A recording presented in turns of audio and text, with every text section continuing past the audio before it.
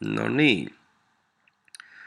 Eli tehtävässä 4 olisi tavoitteena sitten vähän harrastaa päättelyä, ja miksi tämä tehtävä 4 nyt sitten on olemassa, liittyy siihen, että kun me löydetään tämä vastaus tähän, niin me huomataan, että sillä pystytään tekemään tiettyjä juttuja sillä vastauksella niin sanotusti. Mutta lähdetäänpä siis tekemään sillä periaatteella, että meidän pitää aika selvittää tosiaan, jos ei tuo liukuluvun määritelmä ole tuttu, niin mikäs se semmoinen liukuluku nyt sitten lähtökohtaisesti edes on. Ja onneksi meillä on tämä ihmeellinen internetti täällä olemassa, niin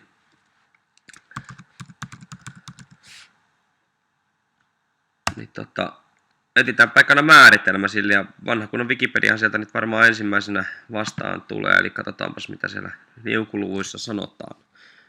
Käytetty esitystapa reaaliluvuille. Eli siis liukuluku on siis näitä meidän joko rationaalisia tai irrationaalisia lukuja. Ja noin niin kuin kansankielellä niin varmaankin puhutaan noin niin kuin desimaaliluvuista, se varmaan riittää meille. Eli sitähän tässä nyt sitten niin kuin etsittiin, eli suurinta mahdollista desimaalilukua. Ja oikeastaan nyt voidaan lähteä katsoa siitä, että meillähän silloin ihan aluksi puhuttiin niistä tietotyypeistä. Josko ne sieltä antas vähän jotakin apuja. Taas tuolta Javan tietotyypit esiin. Tässä tuosta vaikka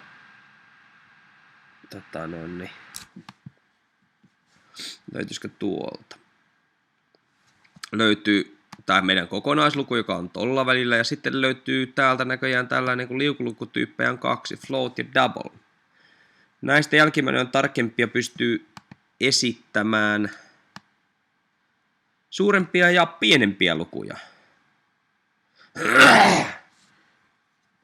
Eli tästä meidän double-tietotyypistä tässä siis on kyse. Eli suurin liukuluku löytyy siis siitä, kuinka iso luku tuohon double-tyypin muuttujaan pystytään sitten laittamaan. Ja lähdetään nyt sitten haarukoimaan, että mitenkäs me löydettäisiin suurin double. Eli katsotaanpas tämmönen kuin biggest double. Katsotaan vielä tuolta tuo Java. Niin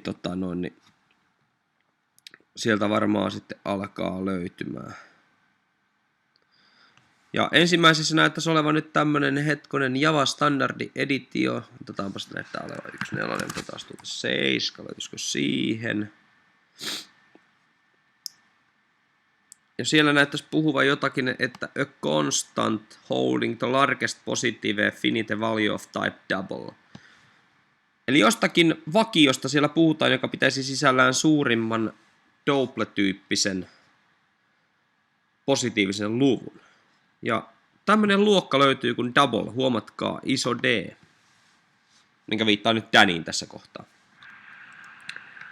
Eli luokka double on luotu tänne Javan luokkakirjastoon, ja siellä sitten, oliko se largest,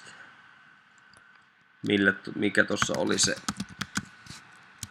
no sieltähän se alkaa löytymään, tuollainen rivi, eli constant holding the largest finite value of type double. Eli sieltä löytyy tämmönen staattinen tyyppiä double oleva muuttuja, joka siis pitää sisällään suurimman luvun. Ja aika isolta tuo näyttää. Ja sehän meille riittää. Okei, tehdään tätä tehtävä aikana. Tulostellaan tää max-value pihalle ja katsotaan miltä se näyttää. Täällä ohjelmassa. Eli. Me voidaan nyt vaikka tosta suoraan luoda sitten New Java Class. Ei tarvitse kysellä mitään. käyttäjältä, niin tehdäänpä kokonaan uusi, eli T4. Tuosta noin. Ja nyt kun me luotiin pelkkä luokka, niin sehän ei sitten sitä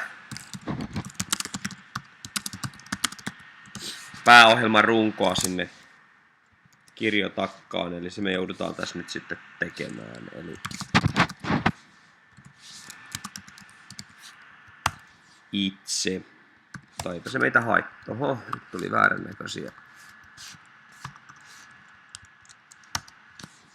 Tuolta piti olla. No. Mitäs meiltä nyt tuu?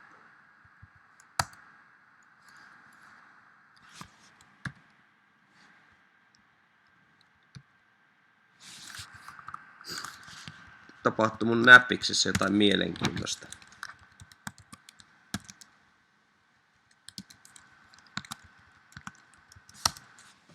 Mä en saanut jostain syystä vanhalla tavalla kirjoittua noita aaltosulkeita.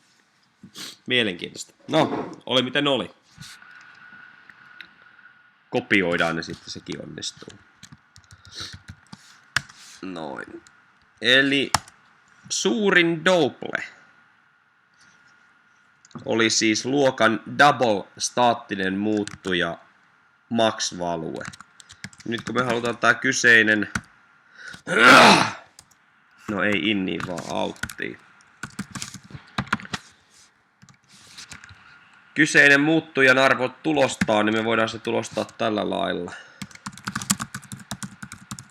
Ihan samoin kuin ennenkin. Ja siihen meidän pitää sitten lisätä tämä double-luokan max value, eli suurin arvo. Joo. Katsotaan mitä tää nyt sitten sanoo tästä meidän tehtävästä. Eli run file.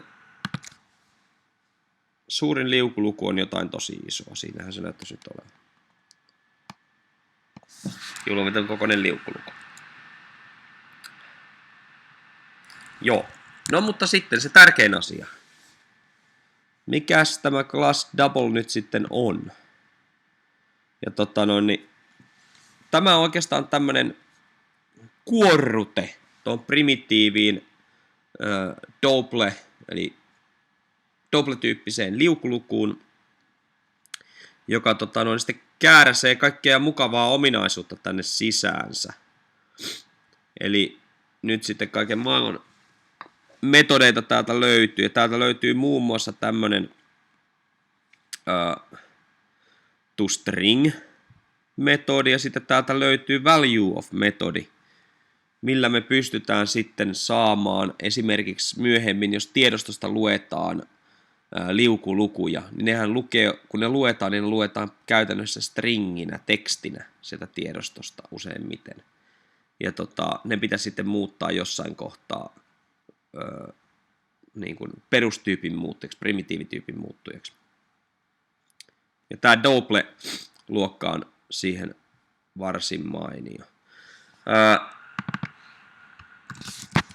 Mä kirjoitan suoraan, mä arvaan, että kun mä kirjoitan tuohon integer, niin sieltä löytyy vastaava luokka, mikä on tyypille int.